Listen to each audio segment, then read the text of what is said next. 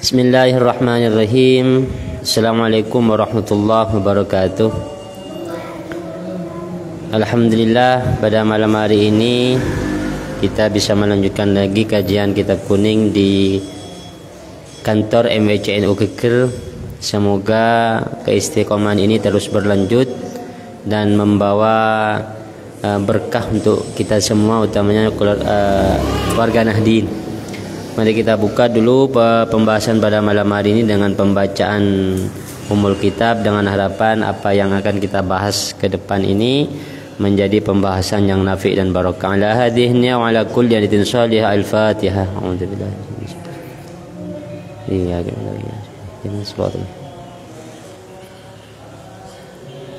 Bismillahirrahmanirrahim. Pada kesempatan kali ini saya akan membacakan kitab Al-Ghunyah karya Syekh Abdul Qadir Al-Jilani, khususnya dalam bab salat tarawih. Saya jelaskan disclaimernya sedikit tentang pembahasan salat tarawih di sini.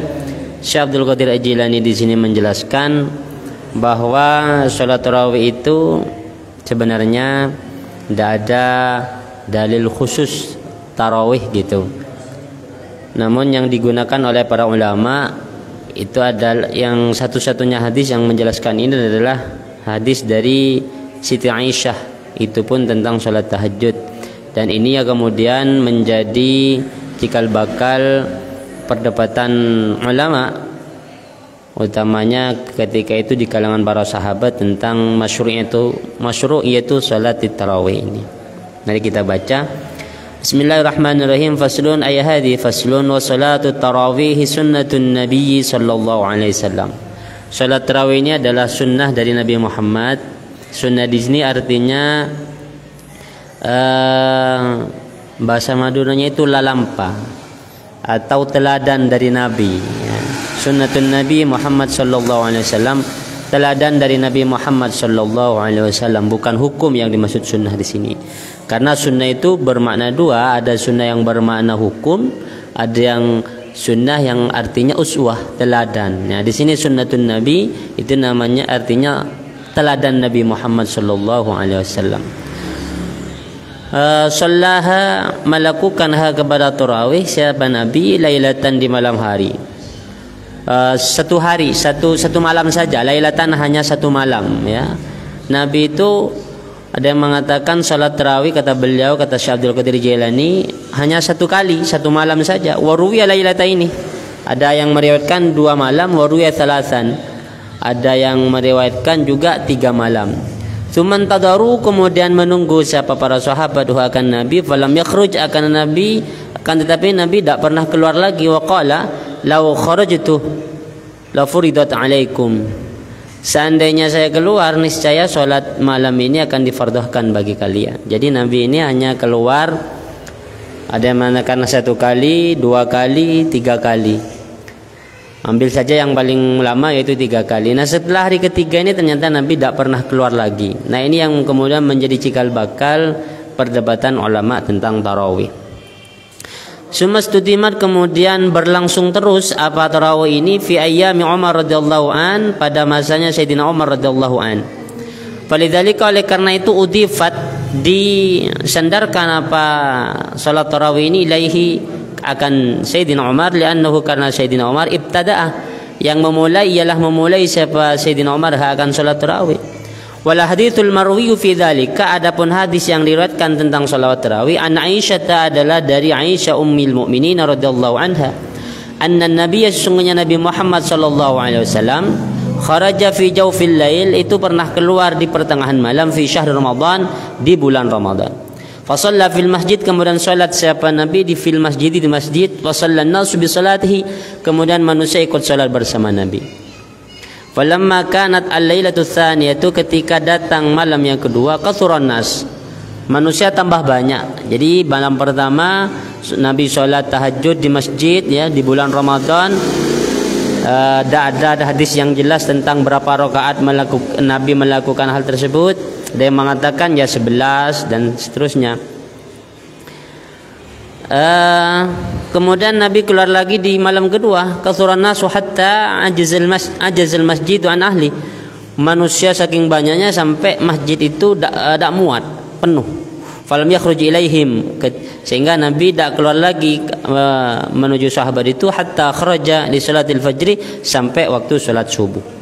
Walamma shallal fajr, ketika Nabi salat fajar, salat subuh, aqbala 'alan nas, Nabi menghadap manusia, qala, seraya Nabi bersabda, illam yukhaf alayya sya'nukum al-lailatah, innahu lam yukhaf alayya sya'nukum al-lailatah walakinna khasyitu an tufradu alaykum salatul lail fata'jazu an dhalik.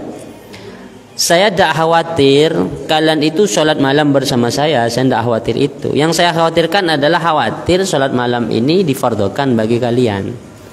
Nah, ini yang menjadi cikal bakal perdebatan ulama tentang sholat tarawih. Yang pertama di sini redaksinya itu bukan tarawih, redaksinya adalah tahajud atau qiyamul lail. Jadi Nabi tidak pernah menjelaskan tentang sholat tarawih itu. Kemudian masalah adat, masalah jumlah rakaat sholat yang dilakukan oleh Nabi, mutunul hadis itu berbeda-beda. Yang kurang tepat itu sebenarnya karena tidak ada satupun hadis yang secara sore menegaskan tentang tarawih, hanya menjelaskan tentang qiyamul lail. Nabi pernah sholat malam di bulan Ramadan itu, dan rakaatnya pun ulama berbeda pendapat. Hadis yang di Sahih Bukhari itu menjelaskan bahwa Nabi sholat ketika itu 4 rakaat, kemudian ditambah 3 rakaat witir, jadi 11. 4 rakaat panjang, kemudian ditambah 3 rakaat sholat witir. Nah, ini gak dijelaskan apakah 4 rakaat ini adalah tarawih, kemudian kalau yang 3 rakaat ini jelas witir. Yang cuma disebutkan di situ adalah qiyamul lail, berarti 4 tambah 3, 8 tambah 3 11. Berarti 4 tahajud, 4 rakaat tahajud, kemudian ditambah witir 3, berarti 4 8 tambah 3 jadi 11. Di hadis yang lain sahih juga itu diriwayatkan masna, Nabi itu sholat 2 sampai 10, kemudian ditambah 1. Berarti kalau ikut hadis yang ini 10 tambah 1 berarti 11. Berarti Nabi tahajudnya 10 rakaat, kemudian ditambah 1 witir. Kan ada hadis akhiru layalikum bil witri, jadikanlah ij'alu akhiru salatikum witron, jadikanlah akhir dari salat witir, salat malam kalian adalah dengan salat witir. Makanya Nabi mengakhiri salat beliau dengan salat witir.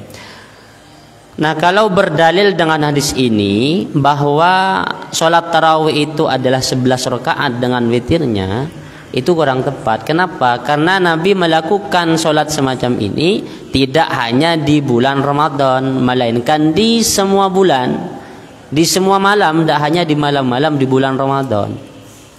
Kemudian kalau ini dikatakan bahwa Nabi sholat seperti itu, sholat tarawih berdasarkan hadis ini, yaitu keliru, karena Nabi melakukan ini tidak hanya di bulan Ramadan yang 4 rakaat, yang 11 rakaat ini. Ada hadis yang mengatakan 4 panjang tambah 3 rakaat witir.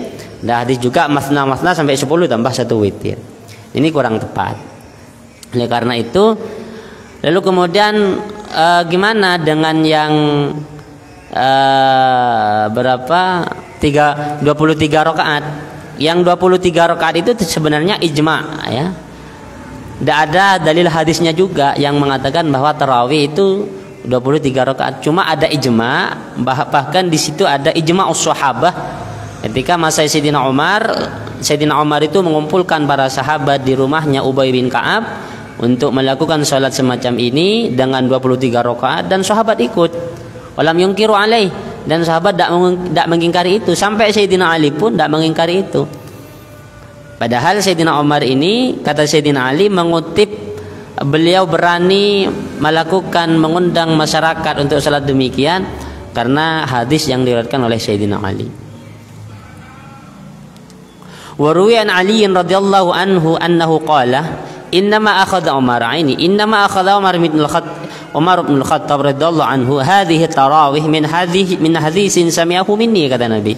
Sayyidina Umar berani menyimpulkan tarawih semacam ini, tarawih dengan 23 rakaat di masa Sayyidina Umar. Sebelumnya Sayyidina Umar tidak ada, ya. Kenapa kok? Karena kan tarawih ini masuk qiyamul lail. Qiyamul lail itu ya berapapun rakaatnya, tidak ada lam yuhaddad lam yuhaddad lahul adad, tidak dibatasi bilangannya, ya, tidak dibatasi bilangnya berapapun. Ini Sayyidina Umar memilih untuk sholat tarawihnya 20 rakaat, artinya 10 salam masna, kemudian diakhiri dengan witir. Nah, dari sini kita memahami bahwa ijma'us sahabat itu lebih mengarah kepada 23 rakaat. Kalau ada yang mengatakan bahwa tarawih itu 11 rakaat dengan dalil hadis dari Siti Aisyah, menurut saya kurang tepat, karena hadis itu tidak hanya di bulan Ramadan Rasulullah melakukannya, tapi di luar Ramadan juga seperti itu.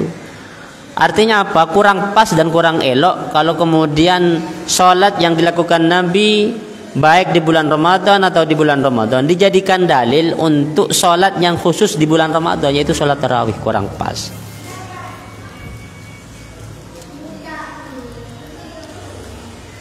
Qalu, berkata siapa ulama, wa ma huwa ya amiral bertanya siapa para sahabat, wa ma huwa ya amiral mu'minin, hadis apa itu yang diambil oleh Sayyidina Umar dari jenengan?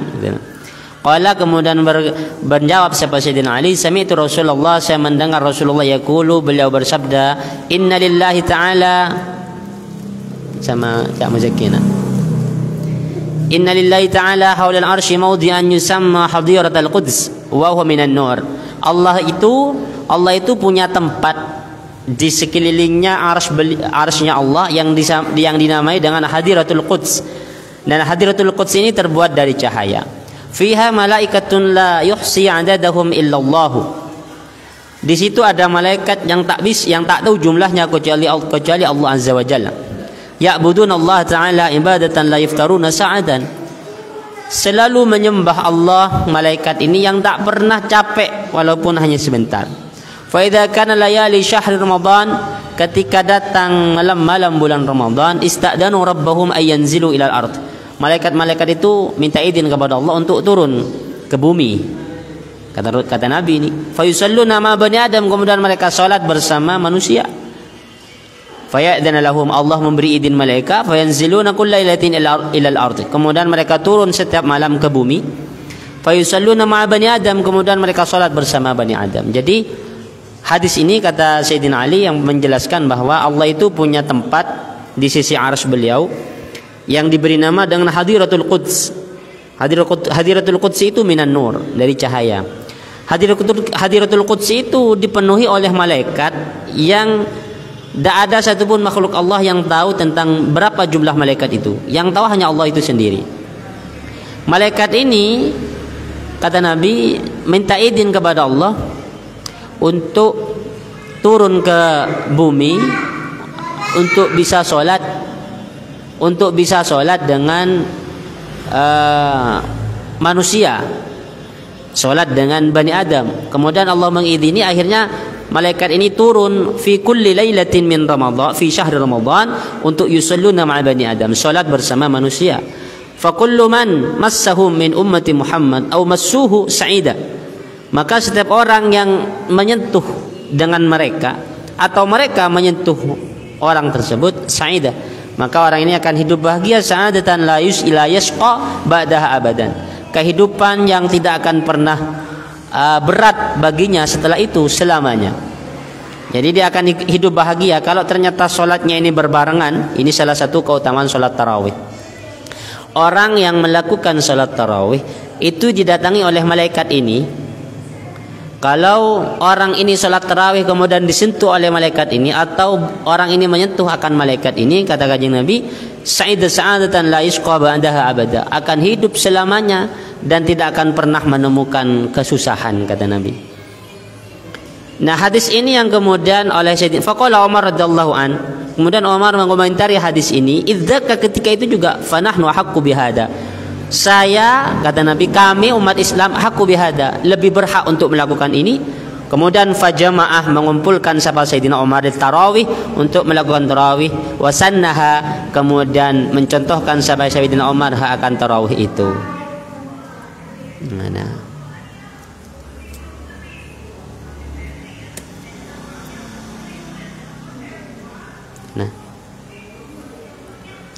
jadi kata Sayyidina Ali, Sayyidina Umar itu berani mengumpulkan para sahabat ketika itu di rumahnya Ubay bin Ka'ab, kemudian melakukan salat tarawih sebanyak 23 rakaat. Itu ya karena beliau mendengar hadis ini, hadis yang menjelaskan bahwa Rasulullah itu pernah bersabda, Allah itu punya tempat di sekeliling arsy-Nya yang diberi nama Hadiratul Quds, yang dimana di Hadiratul Quds itu ada jumlah malaikat yang tak terhitung jumlahnya, hanya Allah yang tahu berapa jumlah mereka, yang minta izin kepada Allah untuk turun ke bumi untuk sholat bersama manusia. Kata Sayyidina Umar, loh yang paling berhak untuk melaksanakan sholat seperti itu kami orang Islam. Hanya Sayyidina Umar mengumpulkan masyarakat untuk tarawih. Nah, ketika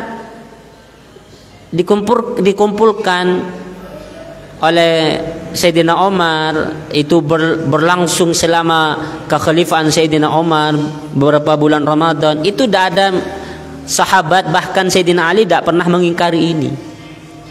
Lalu mabalu aqwamin yunkiruna hadhihi shalah, apa sih pikiran manusia yang mengingkari kebiasaan sholat yang sudah dicontohkan oleh Sayyidina Umar ini? Wong para sahabat ketika itu tidak pernah mengingkari kebiasaan Sayyidina Umar ini, malah mengingkari salat tarawih yang 23 rakaat dengan berdasarkan hadis bahwa hadisnya demikian, hanya 11 rakaat, dengan padahal hadis itu berlaku di Ramadan dan di luar Ramadan. Kalau mendalilkan tarawih dengan hadis itu kurang tepat begitu. Waruwiyan Ali bin Abi Thalib, dan diriwayatkan dari Sayyidina Ali bin Abi Thalib radhiyallahu anhu annahu kharaja fi awwal lailatin min syahr Ramadan, beliau pernah keluar di malam pertama di bulan Ramadan. Fasami'al Qur'ana fil masajid, kemudian beliau mendengar bacaan Quran dari dalam masjid. Faqala, kemudian berkata siapa? Sayyidina Ali, nawwarallahu qabr Umar kama nawwara masajidallah bil Quran, semoga Allah memberi cahaya, menerangkan kuburan Sayyidina Umar sebagaimana Allah menerangkan, memberi cahaya masjidnya Allah dengan Al-Quran. Wa kadzalika yarwa Utsman bin Affan radhiyallahu an, begitu juga hadis semacam ini diriwayatkan oleh Utsman bin Affan radhiyallahu an. Sana ke sana. Ada ayat sana.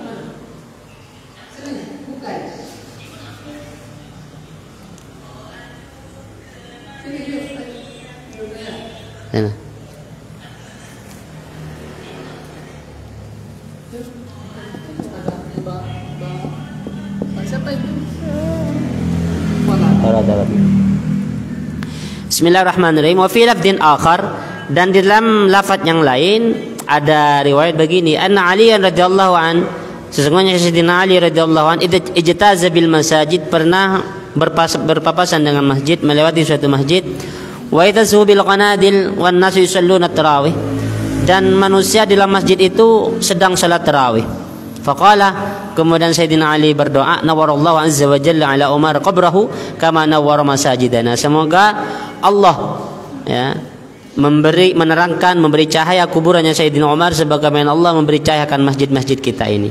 Artinya apa? Sayyidina Ali saja mendoakan Sayyidina Umar agar beliau diberi cahaya di dalam kuburnya, karena berkat jasa beliau kesunahan tarawih ini, kebiasaan salat tarawih ini terus berlangsung terus berkat Sayyidina Umar. Nah, karena rasa terima kasihnya itulah Sayyidina Ali selalu mendoakan Sayyidina Umar semoga beliau diberi kelapangan, diberi cahaya, kuburannya diluaskan dan semacamnya. Ini adalah Sayyidina Ali. Kalau seandainya salah, Sayyidina Ali nggak setuju, pasti dikritik ketika itu pula. Atau mungkin bahkan Sayyidina Ali tidak mungkin mendoakan seperti ini gitu.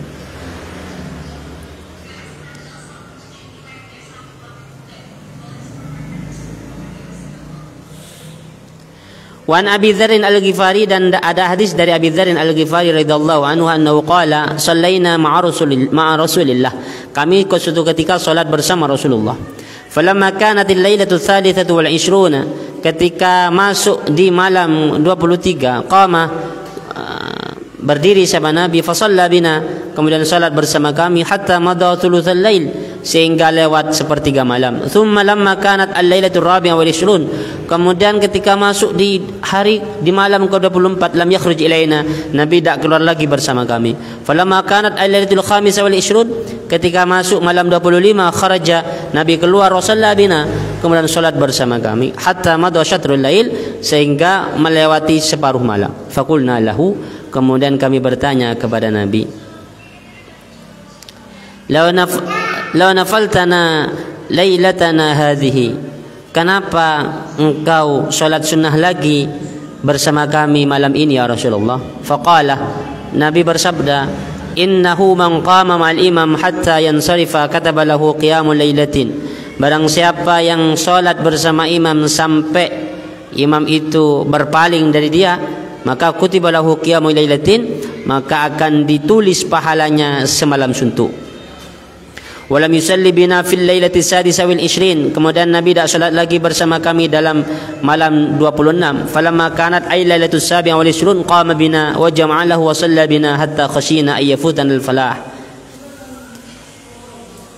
Kemudian Nabi di malam 27 keluar lagi salat bersama kami, membawa keluarga beliau, sehingga kami itu khawatir, hatta khashina ay yafutan al falah, sehingga kami khawatir kami tidak nutut falah. Apa falah? Qila wa mal falah ya, apa falah itu ya Rasulullah? Qala as-sahur, sahur.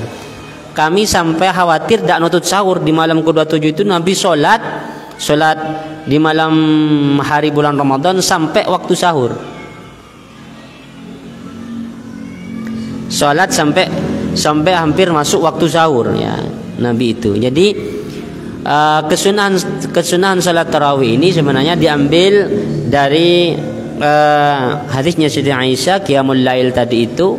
Kalau yang sore tentang tarawih itu tidak ada. Jadi tentang tarawih ini berdasarkan ijma ya.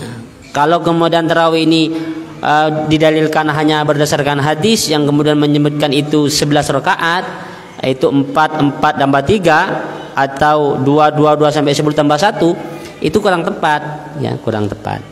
Jadi tarawih ini berdasarkan ijma'us sahabah ya, yang dikomandoi oleh Sayyidina Umar.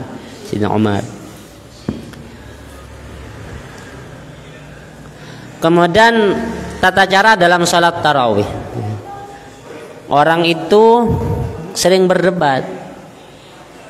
Salat tarawih kadang ada yang sholatnya cepat sekali, sampai kadang tumakninnya ada, Fatihahnya tajwidnya kurang pas. Ketika ditanya kenapa kok begitu, kami punya dalil katanya. Begitu juga orang yang sholat sampai lama sekali, bahkan menghatamkan itu, kok lama sekali sholatnya, kami juga punya dalil.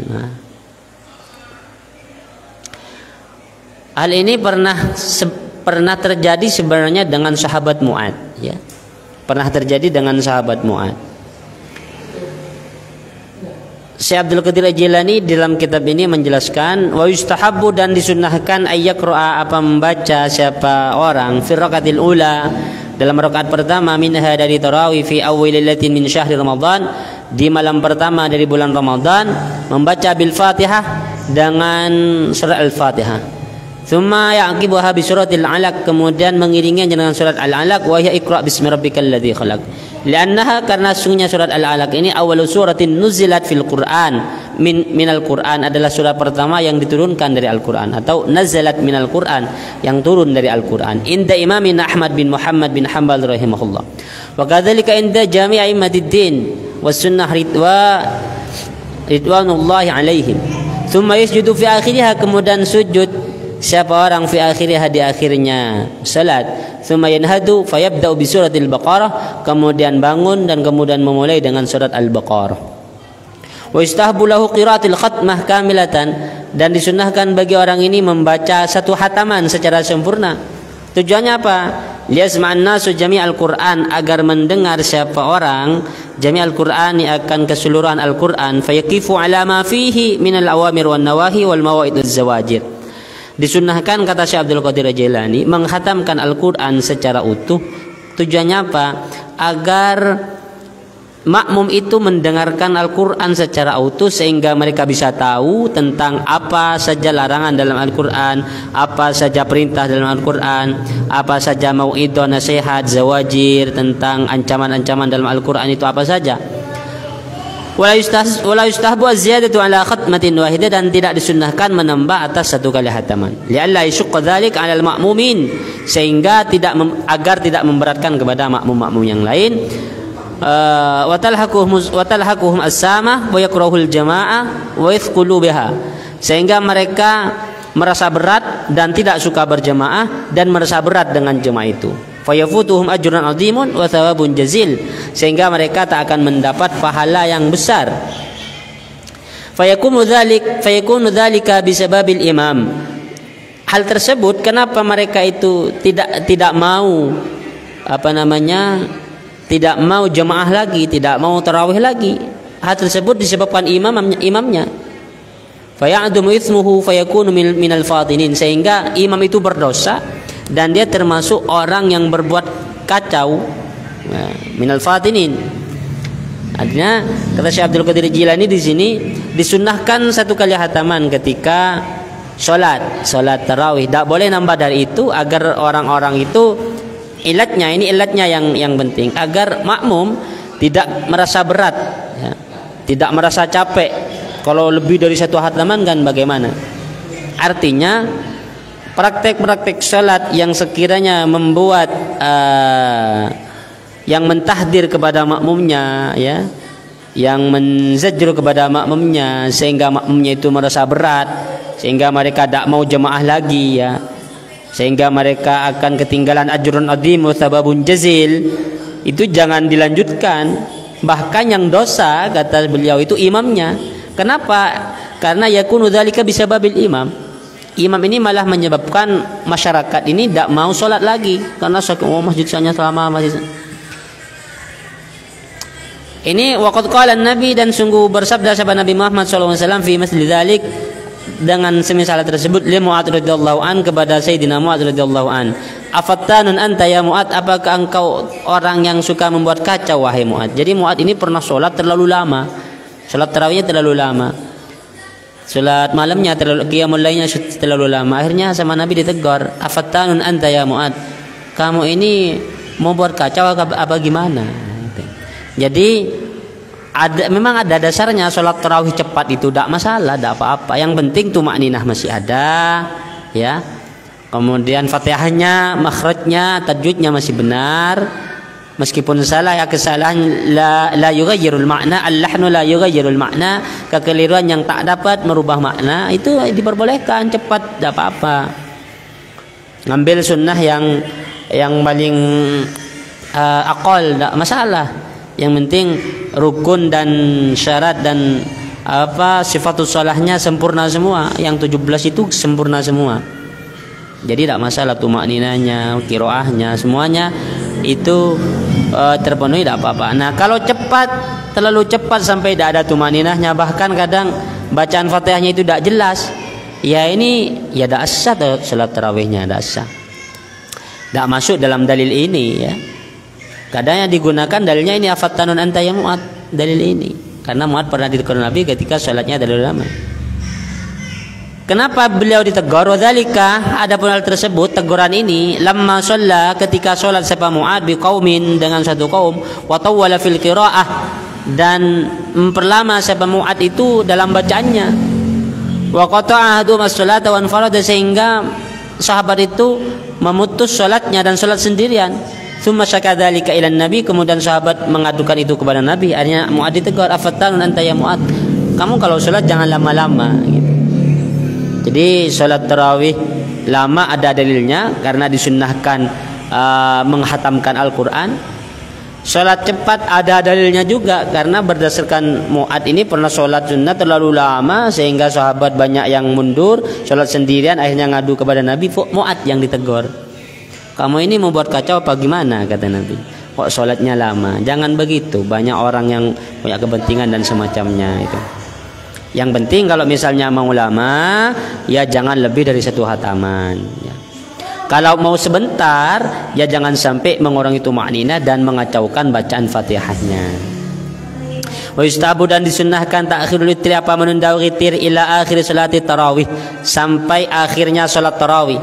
Wa yaqra, dan membaca seorang fi raqatil ula, di dalam rakaat yang pertama, sabbih isma rabbikal a'la, wa fi tsaniyati, dan dalam rakaat yang kedua, bi suratil kafirun, dengan surah al-kafirun, wa fi tsalitsati, dan dalam rakaat yang ketiga surat al-ikhlas.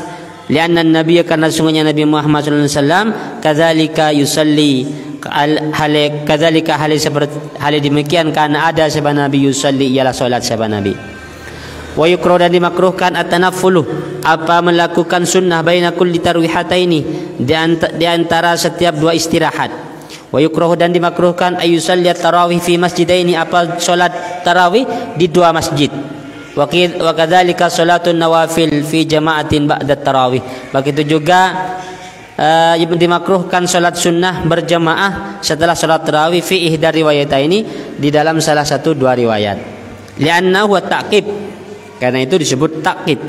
Wa dzalika, adapun ta'qib makruhun indal Imam Ahmad rahimahullah taala. Wa ruwiyan Anas, dan diriwayatkan dari Anas bin Malik radhiyallahu anhu, sungguhnya Nabi Muhammad sallallahu alaihi wasallam karaha, membenci siapa Nabi akan ta'qib. Bal yanamu, melainkan tidur sama Nabi naumatan khafifatan, dengan tidur yang sebentar.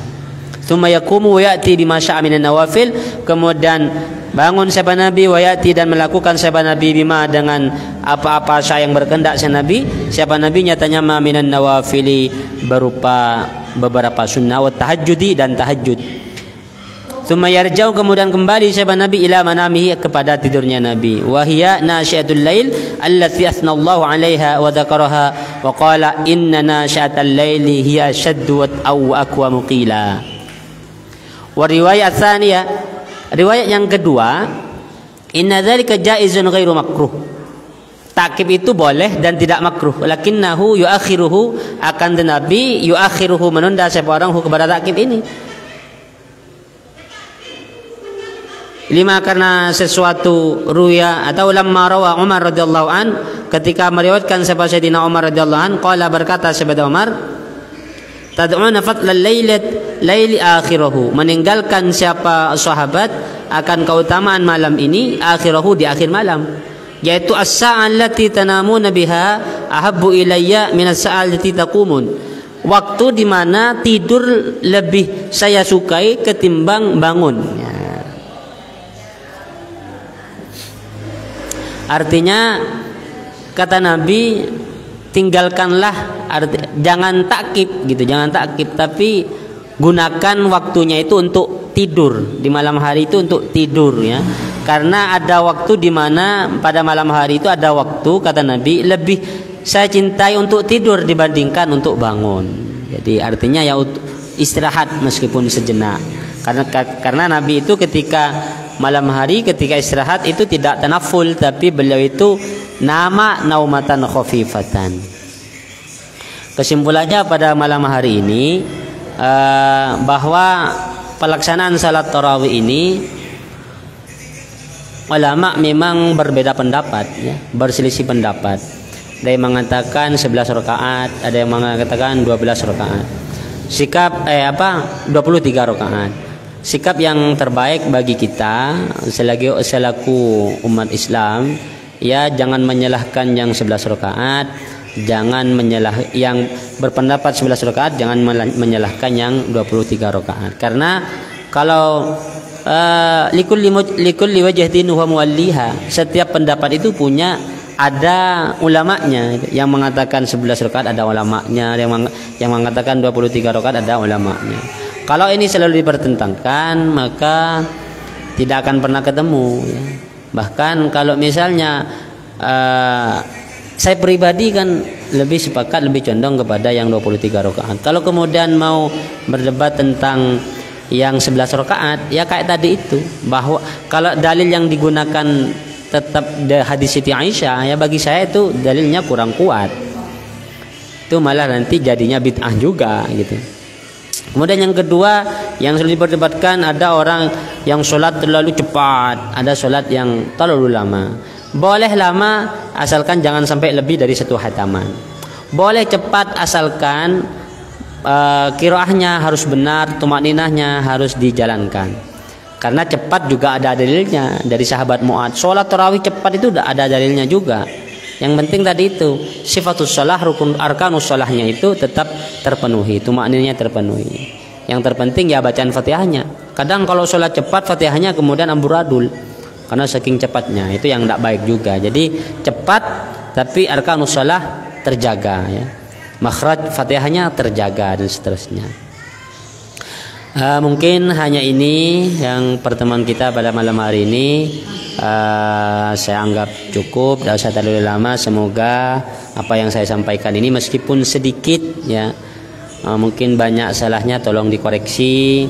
Yang baik-baik, yang benar itu dari Allah, yang salah ya kekhilafan saya pribadi, mohon dikoreksi.